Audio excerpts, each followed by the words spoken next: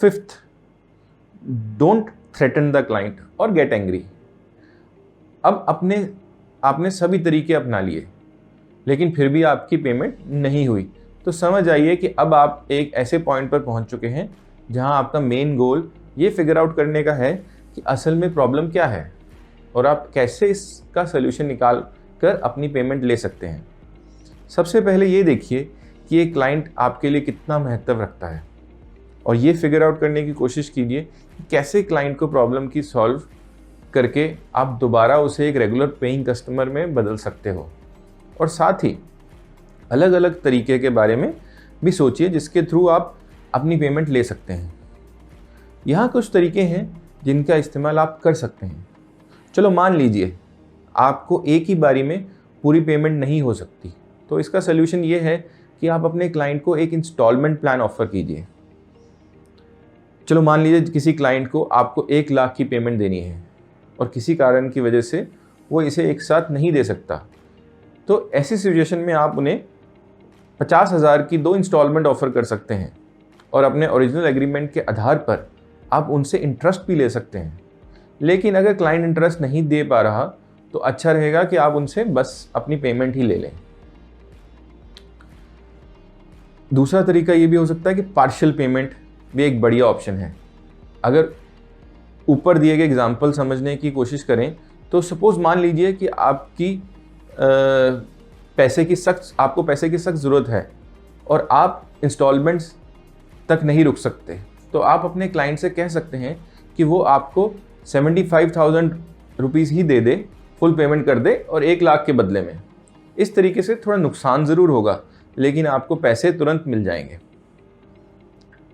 6th point, cut off future work. अगर आपने अभी किए गए सभी स्टेप्स को फॉलो कर लिया है लेकिन फिर भी आपको सक्सेस नहीं मिली, तो समझ जाइए कि अब समय आ चुका है अपने इस क्लाइंट को कट ऑफ करने का। यानी अब जब तक आपकी प्रीवियस पेमेंट ना हो जाए तो क्लाइंट के साथ काम नहीं करेंगे। ऐसा करना ना सिर्फ उन पर दबाव डालेगा लेकिन ये आपको और नुकसान होने से बचाएगा। ये आपको अपने समय और अपनी एनर्जी ऐसे अनरिलायबल कस्टमर पर खर्च करने से भी बचाएगा। 7th, चार्जिंग लेट फ़ी। पेमेंट टाइम पर मिलने के लिए अपने क्लाइंट्स को एनकरेज करने के लिए आप अपने कॉन्ट्रैक्ट में एक क्लॉज को ऐड कर सकते हैं जहां साफ साफ मेंशन रहे कि आप पेमेंट्स की ओवरड्यू पर लेट फीस चार्ज करेंगे। हमेशा मेक श्योर कि इनवॉइस में लेट चार्जेस ऐड करने से पहले आप अपने क्लाइंट को बता दें ताकि जब उनके हाथ में ये इनवॉइस जाए तो वो सरप्राइज ना हो जाए।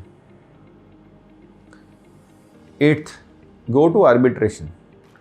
कोर्ट में जाने से अच्छा है कि आप क्लाइंट को आर्बिट्रेशन में ले जाएं।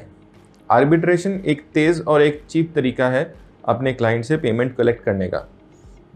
आर्बिट्रेशन और कोर्ट के बीच का मेन डिफरेंस यही है कि आर्बिट्रेशन थोड़ा कम फॉर्मल है कोर्ट के मुकाबले, और यहाँ आर्बिट्रेटर केसेस को देखता है जज के बदले। आर्बिट्रेटर के भी जजमेंट को बिल्कुल उसी तरह देखा जाता है जैसे कि जज के डिसीजंस को देखा जाता है। freelancer.com को अपने ही एक आर्बिट्रेशन सिस्टम कि अगर कोई क्लाइंट आपको पेमेंट नहीं कर रहा तो आप freelancer.com की आर्बिट्रेशन सिस्टम की मदद ले सकते हैं। फिर वो आपका केस चेक करते हैं और विनिंग पार्टी से 5% एज ए फ़ी चार्ज करते हैं।